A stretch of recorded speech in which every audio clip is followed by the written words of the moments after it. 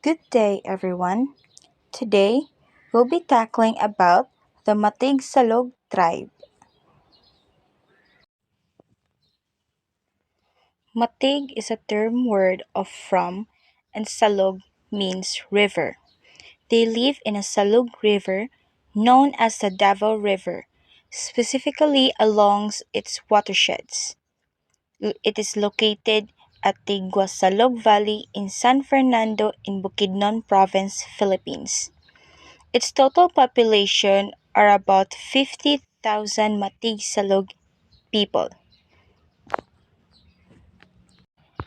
and the Tiguasalog Valley is certified by the Philippine government as their ancestral domain. Mostly the Matigsalug people have strong Indian Malayan features, like light brown skin, relatively high nose bridge, and generally angular body build. Average height of men is about 5'4" and women about 5 feet. For the arts and craft, we have bag weaving. Bag weaving is made of their environmental material. Elders in Matigsalog tribe taught their children how to weave bags because it is already traditionalized that children in their tribe should learn in an early age to earn for a living. Next, we have the higalong or kudlong, a two-string guitar made from indigenous wood material. Usually, this kind of instrument is used for their long events, like rituals, marriages, and courtships.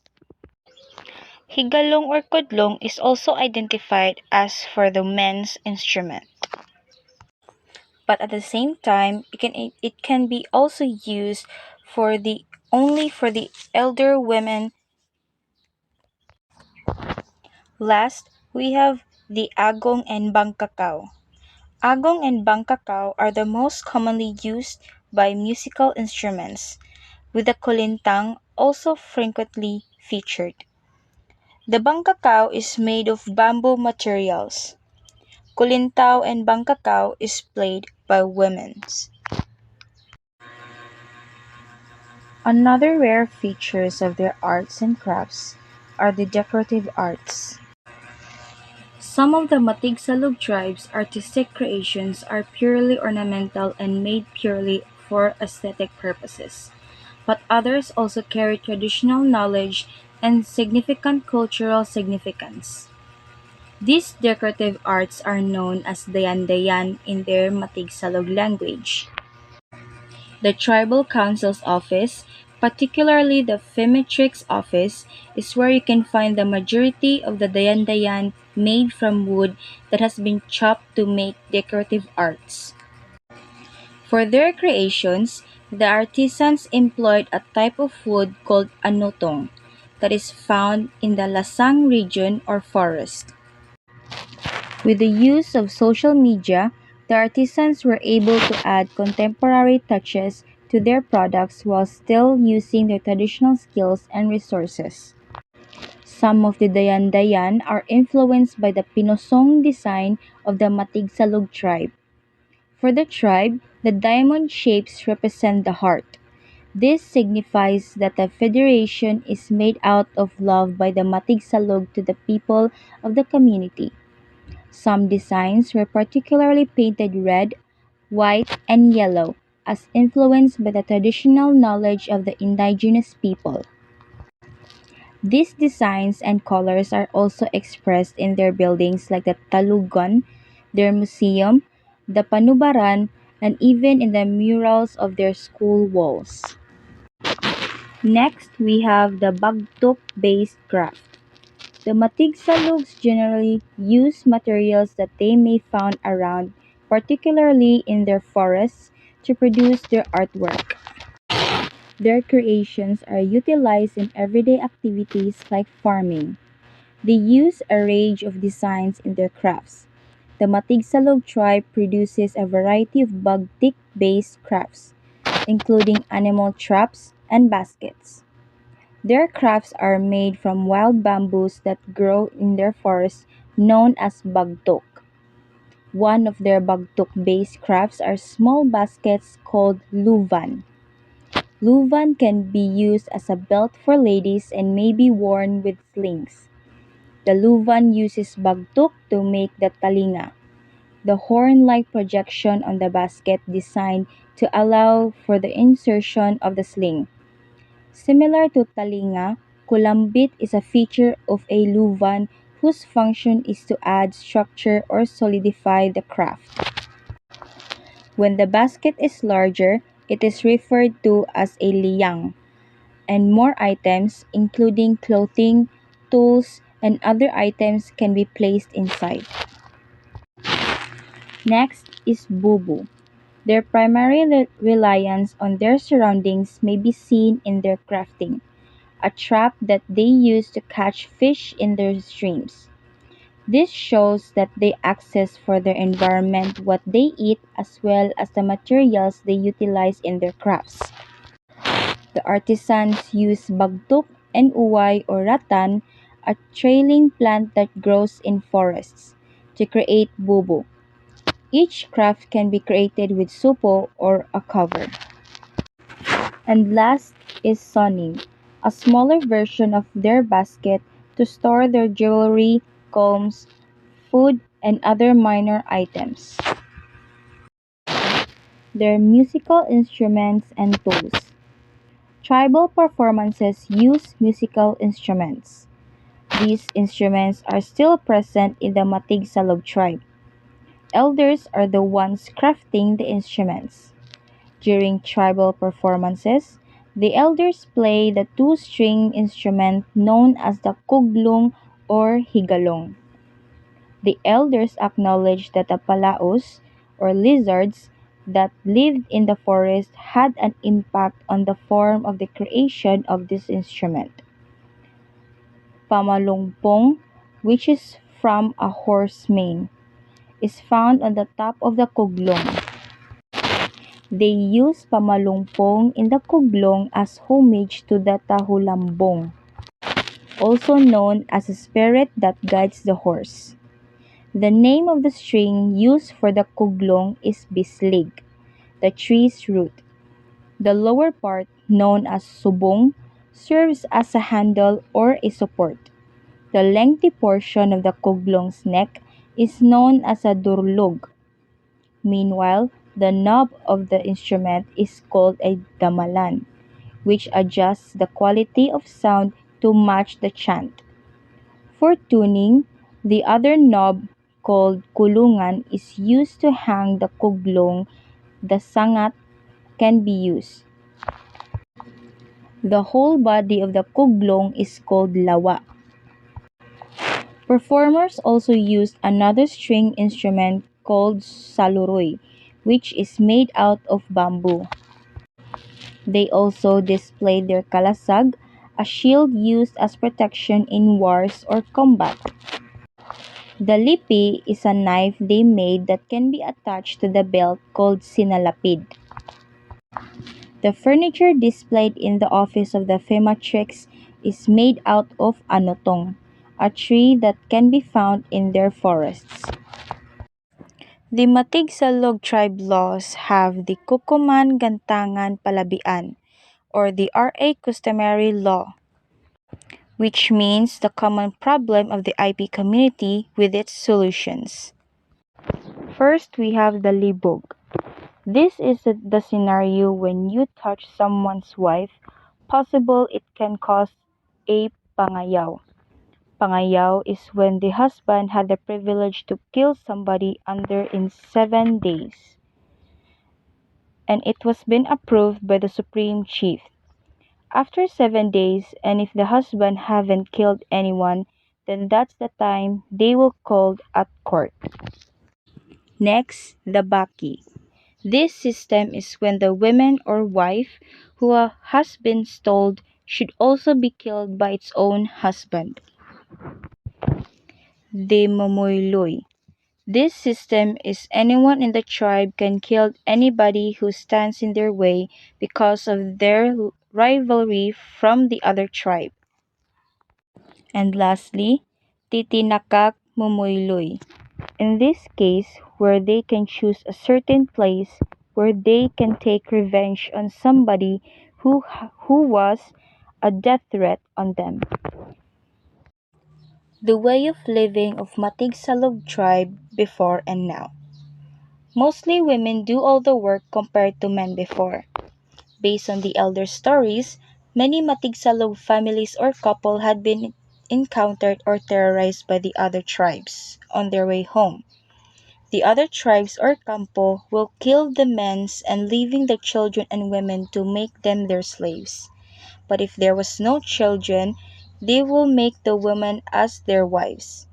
And since women can't be killed, they'll also be the ones to plant and harvest their crops, while the men leaving them to assist by just carrying their harvested crops.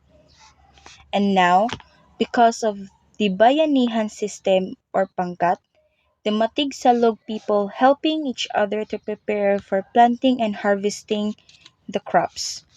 Or they do the 50-50 rule. For their family endearment, they had specific ways in calling their family members. First, the father they called amo, while the mother called emo. Older sister or the older brother would be called mumukakoy, while the youngest sister or the youngest brother is called mumuari. Grandpa will be called amo buyag, and the grandma is called inu buyag. The traditional Matigsalug house is called a balay. It is a family shelter built on stilts about 0.6 meter high from the ground. Livestock is usually kept on the space below the house. Huena, or what they call the bayanihan, a way that they have already cultured to help each other to build a balay. Their homes were made of kawayon bamboos. Usually their materials are kogon or the roof, salog inumungan, talipayan, and solong pahang langob. Next is their architecture. There are different types of knots used in their houses. Also, there are different types of houses in the community that are still present to this day. In the tribe, knots are generally referred to as guus. They use pinosong designs in knots, just like in their other crafts, to support the foundation of buildings like houses and storage. One of these buildings is the Panubaran, a spiritual location for the tribe with Binanuwa-style structures where prayers and celebrations are held. Due to the short lifespan of the materials utilized, a family's kubkub is regarded as a temporary residence. Last but not least, lilyungan is a triangular architectural element of a house that functions as a smoke-emitting chimney. Basic colors of the Matigsalug tribe's clothing. We have the black, blue, red, and white. These colors representations the spirits in charge based from the elders.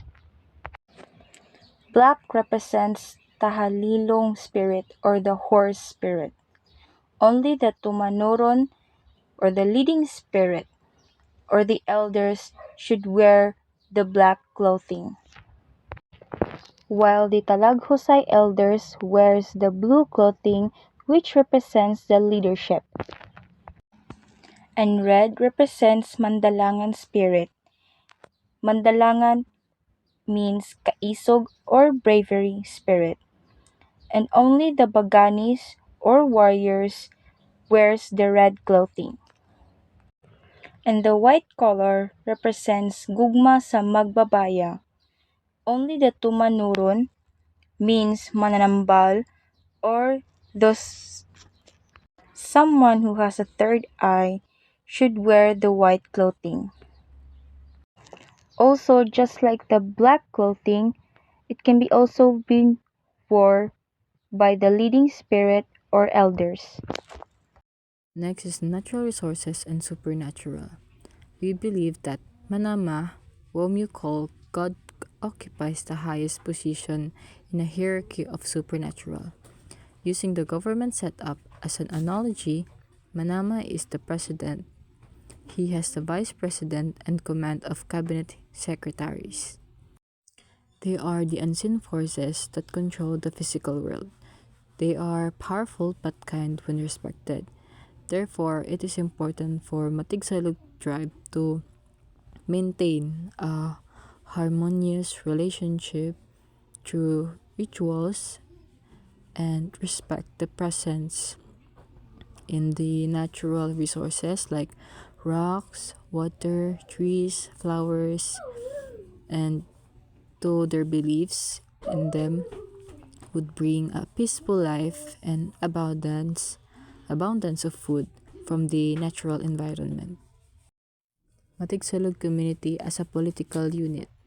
Traditional Matigsalug society centers on extended family units led by a datu, a spiritual and economic leader who acts as judge and provider. Historically isolated, they welcome later settlers without formal land ownership concept, viewing land as stewardship under the spirits. Land use is determined by cultivation, with fallow land available to others after a rest period, and reciprocal sharing practice among families. Agreements cover access to resources like forest game, reflecting a communal rather than individual ownership perspective. So, thematic silo communities are close-knit extended families ruled by a dato, who is likely a spiritual leader all in one. So they didn't have the idea of land ownership. Instead, they believed in taking care of the land as a gift from the spirit. So they shared their resources freely, but when the outsiders like foreigners came in back in 1940s, things changed. A lot have changed. The Matigsalog were pushed out by these newcomers. So they had a system of sharing land and resources, helping each other out when times are tough. So they also understood that certain resources like animals hunted and their forests belong to them. Up next is the tribal leadership in Matigsalug community. A Matigsalug village consists of several clans which are handed by a dato. A dato is not a conferred or elected position. We believe that a dato is born with special abilities and traits. Even in a childhood, these desirable traits are discernible. Among the datus, a supreme dato emerges as in the case of the late Dato Lorenzo Gawilan. The supreme dato functions to make a final decision or judgment in case where a consensus cannot be arrived by the ordinary datus.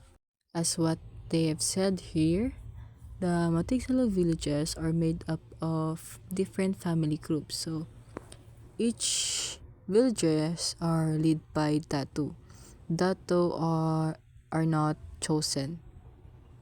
They are believed to be born with special qualities that are obvious when they were still young. And when the regular datus can't agree on something, a supreme datu makes the final decision. Qualification and responsibilities of datu. A matigsalog datu is a good, honest, and fair leader. He's respected because he helps his people, shares his food, and protects them. He's brave but calm, and although he's in charge, he works alongside everyone else, not expecting a special treatment. As what they have said here, Matigsalog Dato has a qualification as a good man. He is honest and sincere. He makes decisions. He is respectable because of his good deeds. He is also hospitable and shares a food with his table to any guest. He acts also like a father to his constituents, providing for their need. He is also bold, but even quick-tempered and not easily intimidated or threatened. He protects the members of the community and carries out justice with high sense of fairness. So he sees to it that his community has food security despite his rank and his wealth.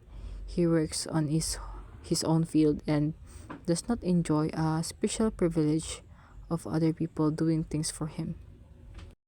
As for the men clothing, here we can see the male headdress. So this male headdress was called tangkulo or tangkulong. So at the end of tangkulo, we can see that there is a hair fragment of a horse which represents the Tagalambong spirit or a horse spirit. So also at the top or the top part of the headdress was those colorful balls. So those balls represents the problems that the dato had resolved and the problems that needed or the future to be resolved. So as for the shirt, it called binukad. For the short or the pants called bindera. For the belt that called sinalapid. And for the anklet that called babat. So for the women's clothing, so the female headdress called sangkat garing. And for their necklace called baliog. For their shirt called binolaran. For the skirt called hamit. And for their belt called tabit or sinwingan. And for their anklet called tinohol. As for their traditional dances, they're we called binanog. So binaog is the dance along with others like bododsil, inagong, kakayumutan, kalosisi, saot, and sayaw kulintang. Utilizes a 2/4 beat. So, binaog is a traditional Philippine folk dance that imitates the movement of banog or a hook. Up next is the abaka, bangkako, and inamangan. So, these dances reflect the activities like harvesting and planting. So, according to Mata Manubu elders, out of their 8 dances, so there are 3 reflect human activities in the community. So, these are the abaka, bangkako, and inamungan. So, next is the kalasag. So, kalasag is a Filipino term of shield. So, it is used by the early Filipinos as means of protection from attacks of enemies or harmful animals. So, these dances also represent a war. And the tagunturan for this is associated with social events. For the rituals, first, the Matigsalug applied and prayed for their blessing, protection, and guidance through conducting an activity. So, their ritual offerings are offering chicken and betel nuts. So, they offered it to protect everyone from evil spirits. So those rituals will be conducted in the panubaran or sagrado. So, these are the rituals. So, sungod di kamanga. So, it is the ritual for harvest. Pamalas is a ritual for the guests to be not disturbed or bothered by bad spirits during their stay there at Matigsalug Tribe. Tahian to determine who is to blame and ho ang to lalawon ka mga not to swear an oath not to return. Rituals pampataas, so it is for the long-lasting life. So beliefs. So Matigsalug believes that there's a spirit who guard everything God created. So Manama is a spirit guard who for the land. Mambabay is for the heavens. The Tumanoron are the healer who had third eye. And those people are the one who are being sensed in their dreams, being shown or told by spirits that they will become a healer because it is God's will. Tumanoron also had a wide knowledge about plants, so where he knows where to find the plants in the forest and how to use it and their value. The Tumanoron also can determine what's the cause of the spirit's anger by communicating through its sleep. The Tumanoron observed that during twilight, it is considered a critical hour. So the spirits will leave to their places and roam around the tribe or the place of the tribe. So therefore, the people around the Matigsalug are should not leave the houses to avoid crossing the bad spirit paths. For the elders, they thought not to laugh at night time because they might offend the spirit passing by their houses. Spirits are usually active in the night or the evening, so therefore, the tribe should stay inside at their homes. The elders also said to never mention the names of the bad spirit, not to throw anything on the water, trees, the rocks, and anything on the land. So these are the spirits who guarded God creation from what Matigsalug believes. So Talabugta, guard of land; Alimugkat, guard of water; Anit, god of rain, air, thunder, and flood; Paniyagan, guard of forest; Ibabasok, guard of farming; Panula, guard of plants; Kalayag, guard of stock harvest; Pamulingan, guard of fire; Tahulilong, the one who hides a person from their enemy; Mandalangan, guard of strong and bravery; Tuhawi, guard of spirits; Apo Alisabsab and Apo Balbalanin, guard of justice; Dalangan no Karangwoy Antoy Avi Tonilayag, guard of marriage; Tagulambong, horse spirit; Manumanoy Lulawag, Talambalong, snake; Iyakan, guard of the pig; and Manalingon, the bad spirit.